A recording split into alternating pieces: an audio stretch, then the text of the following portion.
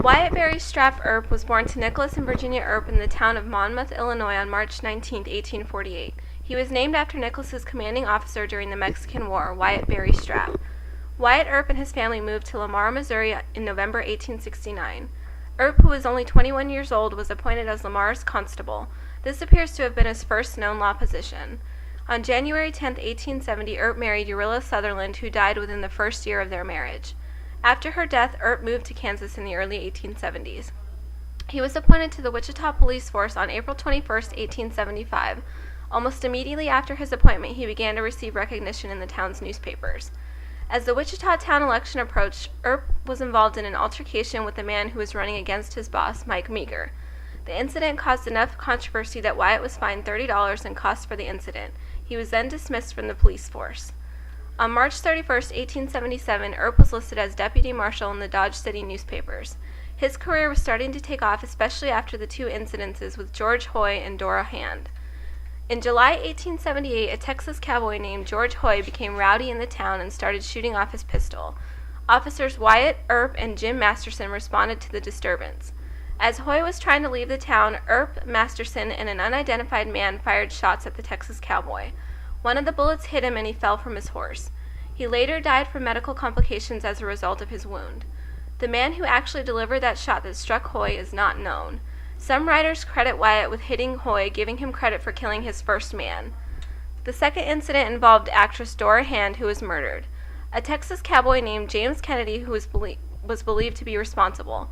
He quickly fled the town, followed by a posse that included 4 county sheriff Bat Masterson and Wyatt Earp. The posse succeeded in finding Kennedy, who was shot in the shoulder and captured. Despite the hard work of the posse, Kennedy was later acquitted of the charge. Earp quit the police force and left Dodge City by the end of December 1878, but Wyatt returned to the town and was again hired by the police force in May 1879. Wyatt Earp continued to work as an assistant marshal until September 1879. However, on September 9, 1879, the Ford County Globe commented that Wyatt Earp had left Dodge City and was heading to Las Vegas, Nevada. Earp was at Las Vegas on September 30, 1879, but by November he was in Arizona. On December 1879, Wyatt Earp and his brothers moved to Tombstone. Tombstone at that time was corrupt with the cowboy gang. Law needed to be enforced. This led to Virgil, Morgan, and Wyatt Earp to become deputized to hold the law. Many confrontations between the cowboy gang and the Earps led to the famous gunfight in Tombstone. On October 26, 1881, out in an alley behind the OK Corral, Wyatt, Virgil, Morgan, and Doc Holliday fired their guns at Ike and Billy Clayton and the McLaury brothers. None of the Earps or Doc were killed, but Billy and the McLaury brothers died that day.